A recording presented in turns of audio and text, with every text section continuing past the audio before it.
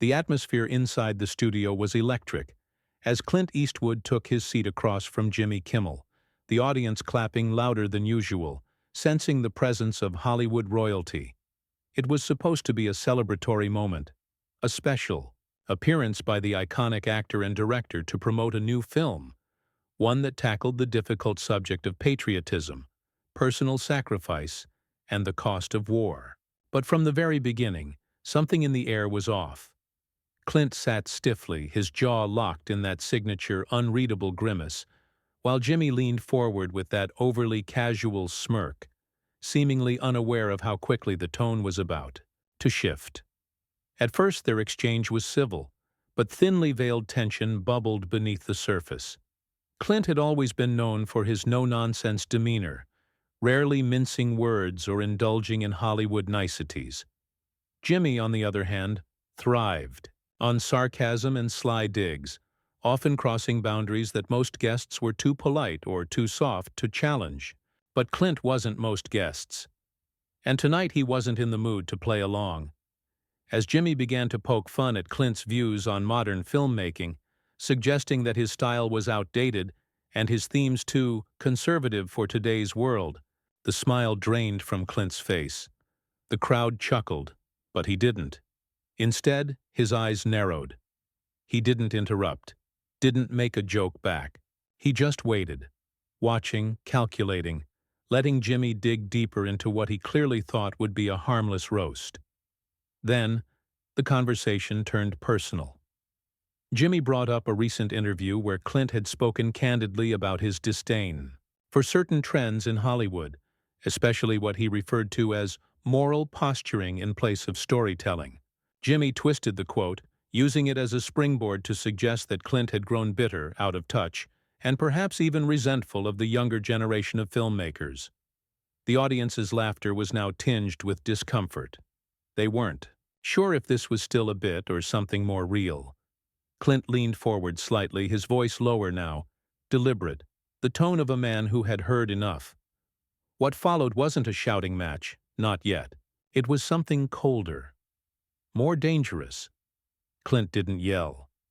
He responded with biting sarcasm and an intensity that felt more threatening than any raised voice. He accused Jimmy of hiding behind irony and late-night smugness, claiming he had no respect for the kind of hard-earned artistry that required risk, not applause. The audience fell silent, the tension so sharp it could be felt through the cameras. Jimmy tried to recover, tried to brush it off with humor, but he was visibly rattled. For once, the witty host didn't have a comeback that could disarm the situation. His next words came out rushed and defensive.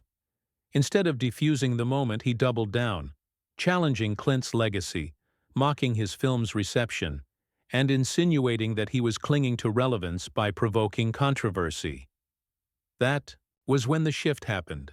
Clint sat back in his chair, crossed his arms, and gave a slow nod. The kind of nod that said he had heard enough. But instead of responding with venom, he did something more cutting. He began listing off his accolades, not to boast, but to draw a stark contrast between a career built on substance and a platform built on superficial jabs. He reminded Jimmy and the audience what it actually meant to earn respect in this industry, and in doing so, he stripped the moment of its comedy, leaving nothing but raw, uncomfortable truth hanging in the air. Jimmy's face flushed.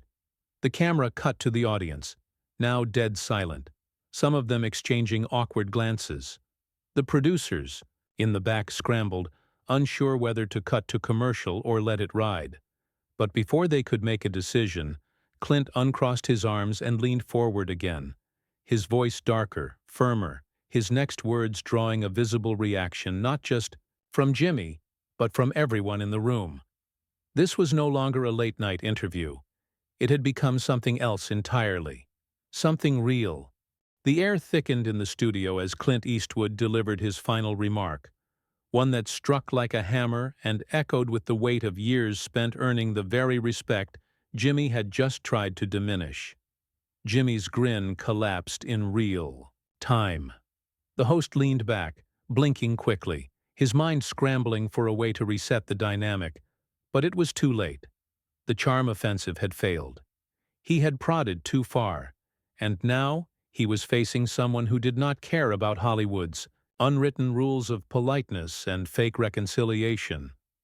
Clint didn't wait for the awkward silence to be patched up with laughter. He used it. He turned to the crowd, not to pander, but to point out how quickly audiences applaud mockery, how they've been trained to laugh at legacy rather than learn from it. He wasn't ranting. He was methodical, explaining how entertainers, like Jimmy in their effort to stay relevant and edgy, had become cynical critics of anything earnest or meaningful. The applause sign above the audience flickered, but few people clapped. Most just watched, stunned by the raw tension unfolding before them. Jimmy tried to reassert control by shifting the topic, pivoting toward a pre-prepared comedic segment. But Clint refused to play along. He ignored the cue cards and brushed aside the prompt. He called it out for what it was, accusing the show of being less about conversations and more about ambushes, traps disguised as interviews. The control room panicked. The crew whispered frantically through earpieces, hands gesturing off camera for some kind of intervention. But Clint was just getting started. The host's face tightened as he realized the old Hollywood legend wasn't going to let him steer this back into safe territory. He interrupted Clint, something sharp in his voice now, accusing him of taking everything too seriously, of being paranoid, overly defensive, and unwilling to laugh at himself. The words sounded like an attempt at deflection, but the insult, buried within them, was impossible to ignore. Clint's eyes narrowed again. He turned slowly toward Jimmy, then back to the crowd, and for a moment it looked like he might stand up and walk out right then. But instead, he leaned in closer, his voice like a whisper that somehow carried farther than any yell. He told Jimmy that the joke had never been funny, that mocking others, especially those who had done more, risked more, and fought harder, wasn't wit. It was cowardice. Jimmy stood up from his chair, clearly rattled, pacing slightly on the stage. His voice rose as he defended his role, insisting that satire was his job, and that no one, not even Clint Eastwood, was above critique. He accused Clint of being brittle, unable to handle the kind of scrutiny every public figure faces. The audience, sensing that this was spiraling into something unprecedented, began murmuring among themselves. The tension was no longer confined to the stage. It had taken over the entire room. Then Clint rose from his seat. The moment stretched. He didn't yell. He didn't storm the stage. He stood with quiet authority, his age making him no less intimidating. His presence dwarfed the moment, making Jimmy look suddenly small in comparison. He looked down at the host for a beat too long before speaking. Again. This time, not as a guest, but as a man who had been pushed too far. He told Jimmy that respect is not earned through applause or television ratings, but by standing for something and refusing to be belittled by those who stand for nothing. Jimmy laughed nervously, trying to lighten the moment, but the crowd wasn't with him anymore. They weren't laughing. They were watching Clint, and Jimmy knew it. Clint then turned to the audience and reminded them of what it used to mean to be an actor in Hollywood, a truth-teller, a risk-taker, not a puppet performing for sound bites and social media moments. He warned them that if they allowed this culture of humiliation and mockery to persist, they would lose the very legends they claimed to revere. He didn't say it with anger, but with disappointment. Then he turned and took a step back toward his seat, pausing briefly. The host looked at him, his face flushed and his jaw clenched. Whatever show he thought he was hosting, it no longer existed. Something had cracked open between them, and the cameras were still rolling. Clint sat down, but this time there was no pretending anymore. The room was holding its breath. And what came next would not be repair. It would be collision. Clint Eastwood's decision to sit back down did not signal retreat. If anything, it made the room feel more volatile. There was no laughter now, no sense of structure left in the segment. The show had unraveled, but Clint wasn't here to save it. and Jimmy, still standing with that red flush climbing his neck, knew he was in uncharted territory. The usual tricks weren't going to work. He had lost control of his own stage, and the man responsible was staring him down with unshakable calm. In a last-ditch effort to claw back authority, Jimmy launched into a pointed monologue. He criticized Clint's so-called truth-telling, calling it arrogant and outdated. He questioned whether Clint's tough guy persona was just an act, leftover bravado from the roles he played in the past. He implied that Clint had spent too long surrounded by yes-men, shielded from criticism, and that perhaps this was why he reacted so defensively to even the lightest probing. It was a desperate move, and it reeked of panic. The words came fast, uneven. Jimmy's voice quivered in places, the charm completely gone. The insults weren't hidden behind jokes anymore. They were exposed, unpolished, and unmistakably personal. Clint let the tirade pass without flinching. Then slowly he stood again. This time, not to leave, but to deliver his final strike. The audience could feel it coming, that cold intensity in his posture returning like the buildup before a thunderstorm. He began speaking not to Jimmy, but to the cameras, the audience beyond the studio walls. His words were measured and grounded, each one heavier than the last. He dismantled Jimmy's monologue piece by piece, not with yelling, but with brutal precision. He talked about how Hollywood had changed, how the younger generation had confused cynicism with insight, and how hosts like Jimmy, who once represented a lighter side of entertainment, had turned into petty gatekeepers who mocked what they did not understand. Clint spoke about legacy, not as a boast, but as a burden. He said it was something earned by carrying difficult stories, by portraying flawed heroes, and wrestling with uncomfortable truths. He questioned what legacy Jimmy would leave behind, and the silence that followed cut deeper than anything yet said. Jimmy stood frozen, his hands clenching the arms of his chair. The audience watched him now with different eyes. The man who had spent years commanding laughter was suddenly silent, exposed. And Clint?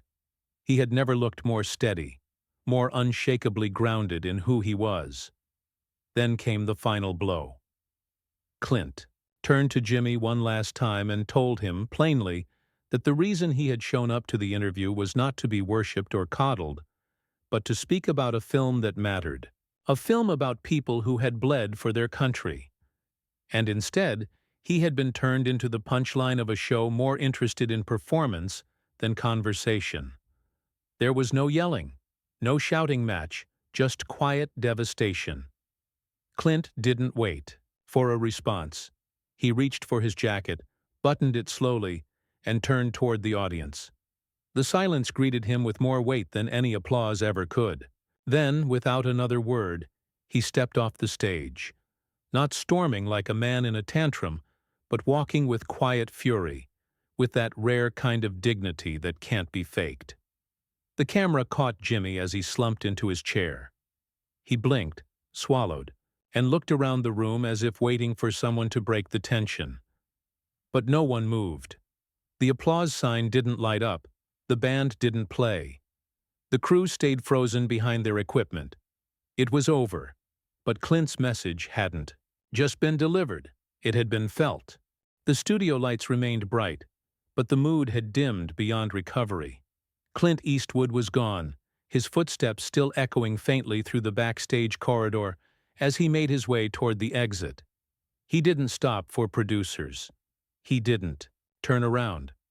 The stage he left behind felt like the ruins of something that had once resembled late-night television, but now stood stripped bare of its illusions. Jimmy Kimmel sat frozen in his chair, visibly shaken. There was no cue card left that could salvage the moment.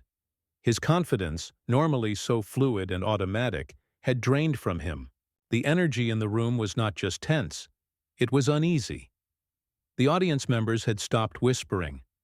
No one knew whether to clap, laugh, or just remain seated. All of them had witnessed something far more real than what they had come for.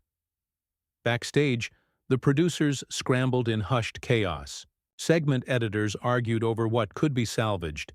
Legal advisors debated whether Clint's parting remarks could be aired in full.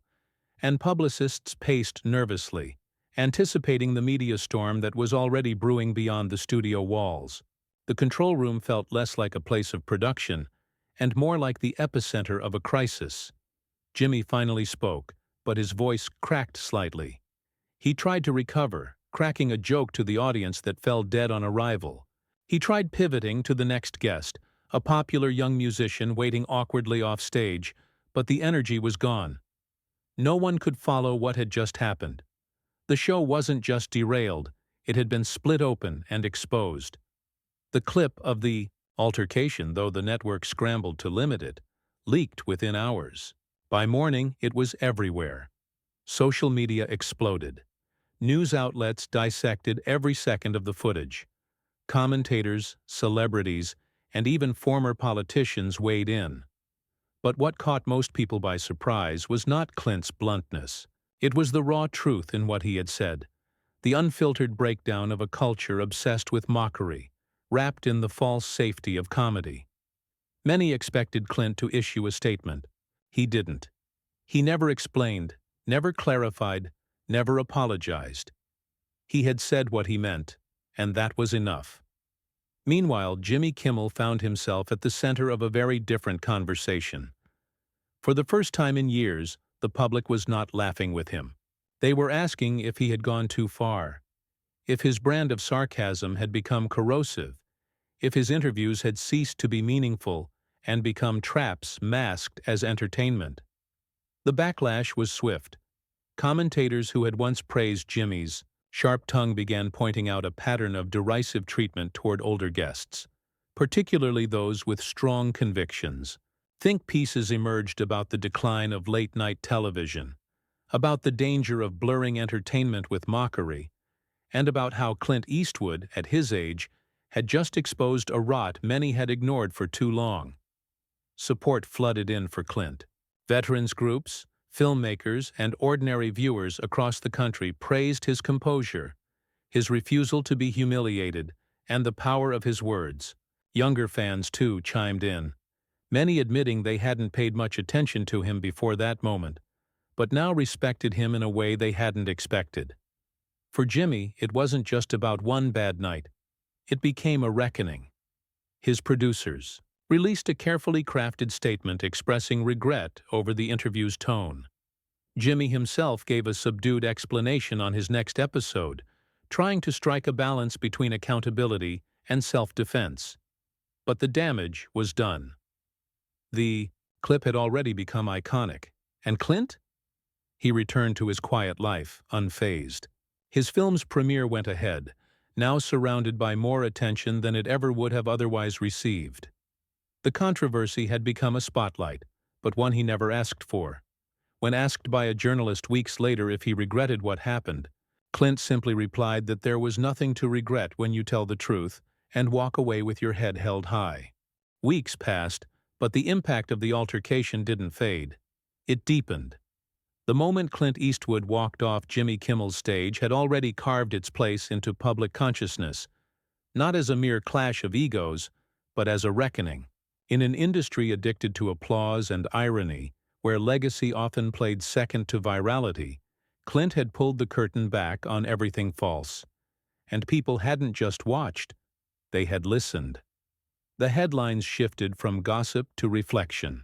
Writers who typically thrived on celebrity drama were forced to confront the deeper implications of what had unfolded. Clint's silence after the incident only made his words on stage echo louder.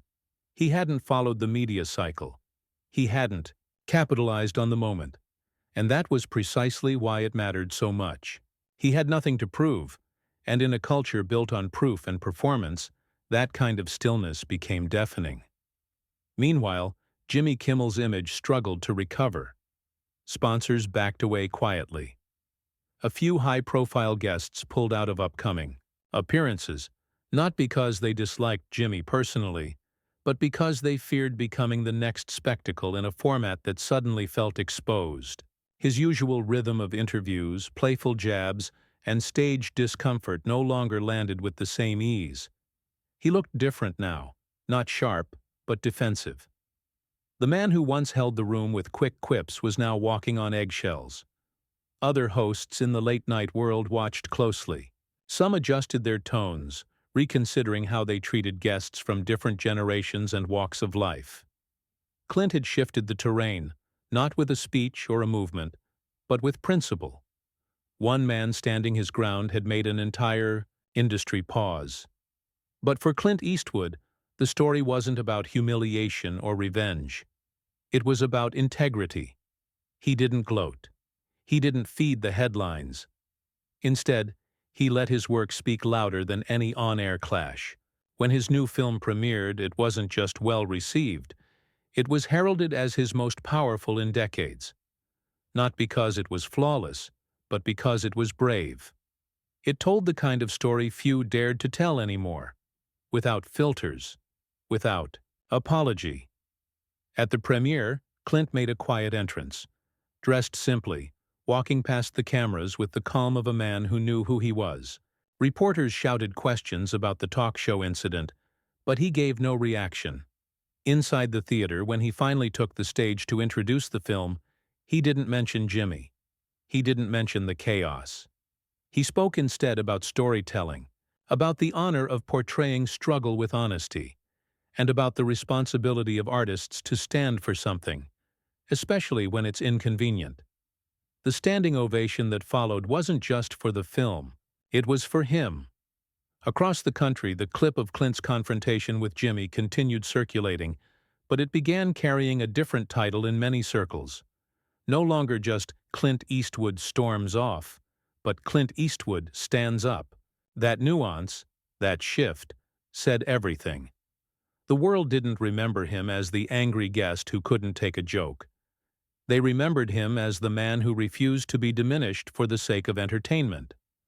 For the audience watching at home, especially those who had felt silenced or dismissed in their own lives, the moment resonated deeply. Clint hadn't just walked off a stage.